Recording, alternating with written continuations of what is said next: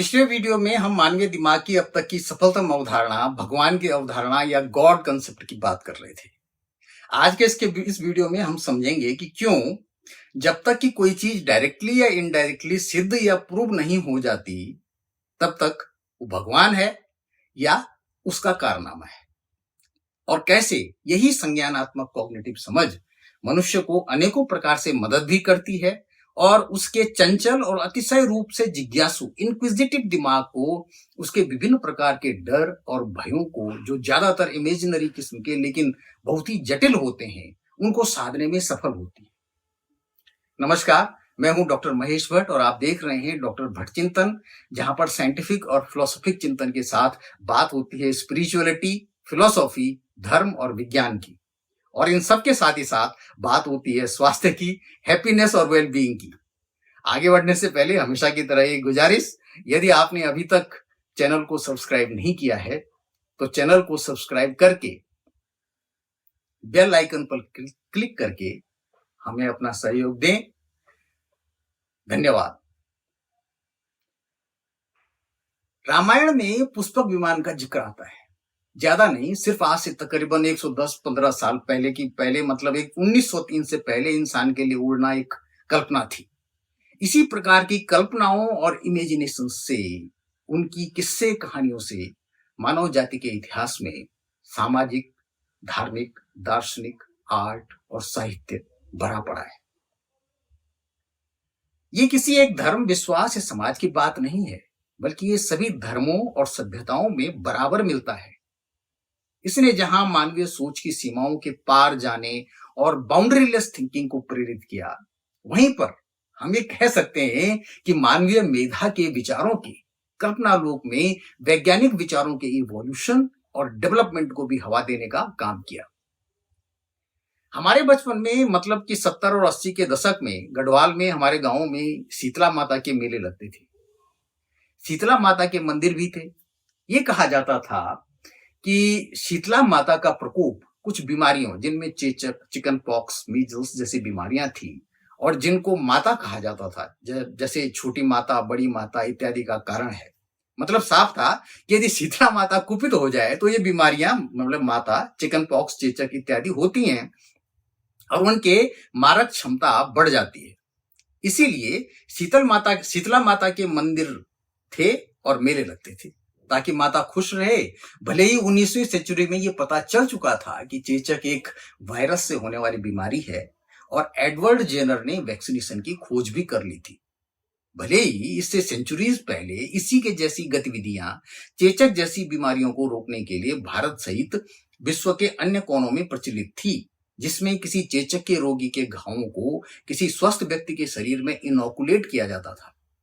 ये एक प्रकार का प्रिमिटिव वैक्सीनेशन ही था, जिसके अनेकों खतरे भी थे, पर यह बीमारी की रोकथाम में उपयोगी माना जाता था और बीमारी रुकती भी थी। 20वीं सदी में वैक्सीनेशन पर अनेकों शोध हुए और इसको जानलेवा रोगों की रोकथाम में मानवता की एक बड़ी उपलब्धि कहा जा सकता है। इसी वैक्सीनेशन की बदौलत 1980 में वर्ल्ड हेल्थ ऑर्गेनाइजेशन यानी WHO ने स्मॉल पॉक्स, मतलब चेचक को विश्व में समाप्ति, इरेडिकेशन की घोषणा कर दी। धीरे धीरे शीतला माता के मेले कम होते चले गए। जो 20वीं सदी के 60 और 70 के दशकों में कॉमन हुआ करते थे, वे आज 50 सालों के बाद 21वीं सदी के पहले 2 दशकों में इक्का दुक्का ही रह गए हैं। और शीतला माता के मंदिर अभी भी हैं, पर उनकी पूजा का अभिप्राय या मंतव्य अब बदल चुका है। यहां पर इस दृष्टांत को उद्धृत करने का मकसद ये समझना है कि जब तक कोई चीज मनुष्य के दिमाग को पता नहीं है, तभी तक वो भगवान है। पता चलते ही वो भगवान की अवस्था से नीचे उतरकर मानव की अवस्था में आ जाती है। यदि आज हम तुलना करेंगे तो पाएंगे कि आज हम बहुत सारे वो काम करने में साइंस के जरिए सक्षम हो गए हैं जो कभी भगवान ही कर सकते थे। जैसे अमेरिका में बैठे व्यक्ति को हम देख भी सकते हैं और उससे बात भी कर सकते हैं। पौराणिक काल में ये आकाशवाणी कहलाता था और इसका उपयोग देवता लोग ही किया करते थे। इसी प्रकार से कृत्रिम गर्भाधान, प्लास्टिक सर्जरी, बायोटेक्नोलॉजी के साथ ही साथ प्रलय ला देना, जो कभी देवता कुपित हो जाते तो प्रलय ला देते थे, जो अब हमारे एटम बॉम्ब आसानी से कर सकते हैं।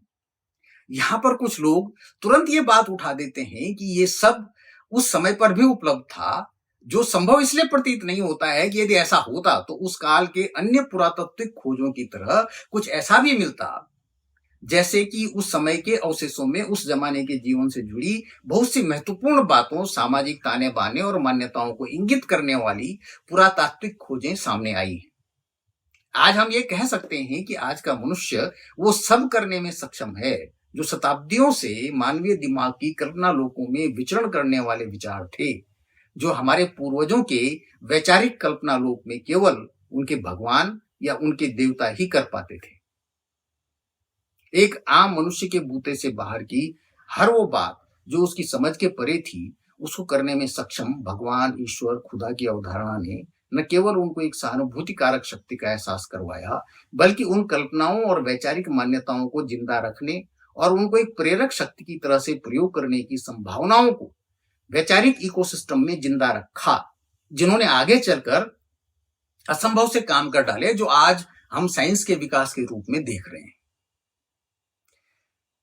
लेकिन डर और भय तो मनुष्य के बने ही रहेंगे, क्योंकि कुछ भी हो, इन सब के पीछे फंडामेंटल बायोलॉजी तो प्राणी जगत की एक स्पीसीज होमो सेपियंस की ही है, जो कहती है कि सर्वाइवल उसका प्राइम कंसर्न है। अतः भगवान जैसी उन्नत अवधारणा की जरूरत तो बनी ही रहेगी, चाहे कितनी ही उन्नत टेक्नोलॉजी विकसित कर लो, कितना ही उन्नत यान बना लो, कुछ भी कर लो, बहुत नगण्य ही सही, पर इसकी संभावना हमेशा बनी रहेगी कि कुछ ऐसा हो जाए जो हमारे नियंत्रण से बाहर हो।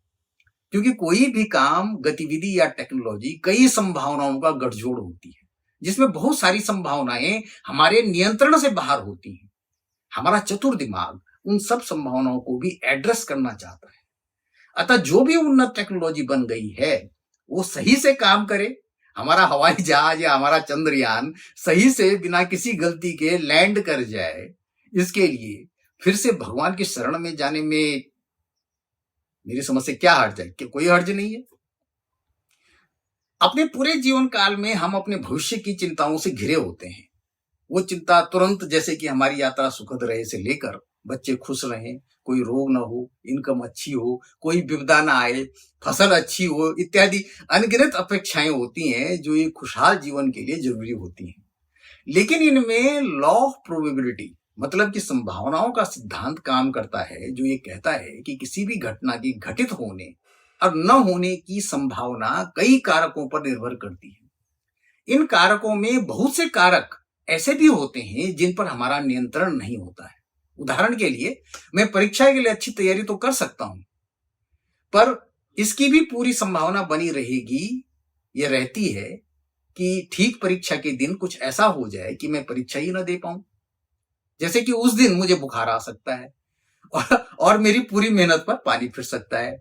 ये सब प्रोबेबिलिटीज हमारे सबकॉन्शियस दिमाग में रहती हैं, जो हमारे उद्देश्य को सही और गलत दोनों तरीकों से प्रभावित कर सकती हैं, लेकिन हमारे कंट्रोल से बाहर होती हैं। बस यहीं पर भगवान काम आते हैं, जिनसे हमारी अपेक्षा ये होती है कि जो भी हो, हमारे उद्देश्य की पूर्ति हो जाए, हमारा काम सफल हो जाए। कुल मिलाकर हम ये कह सकते हैं कि भगवान की अवधारणा मनुष्य की दिमाग की वो उपज है जो किसी भी प्रकार से अनगिनत संभावनाओं को हमारे पक्ष में कर दे। और पिछले वीडियो में हम कई बायोलॉजिकल और न्यूरोलॉजिकल फैक्ट्स और प्लेसिबो इफेक्ट्स के पीछे की साइंस से ये तो समझ ही चुके हैं कि किस प्रकार से भगवान हमारी मदद करते हैं। यदि आपने वो वीडियो नहीं देखा है तो देख सकते हैं। इस वीडियो में इतना ही। अगले वीडियो में चर्चा करेंगे कि विश्वास या आस्था किस प्रकार से मानव जीवन को हमेशा से उपकृत करती आई है। जाने से पहले यदि आपने अभी तक चैनल को सब्सक्राइब नहीं किया है तो सब्सक्राइब करके बेल आइकन पर क्लिक करके हमको अपना सहयोग दें। अपना और अपने स्वास्थ्य का ख्याल रखें। धन्यवाद। नमस्कार।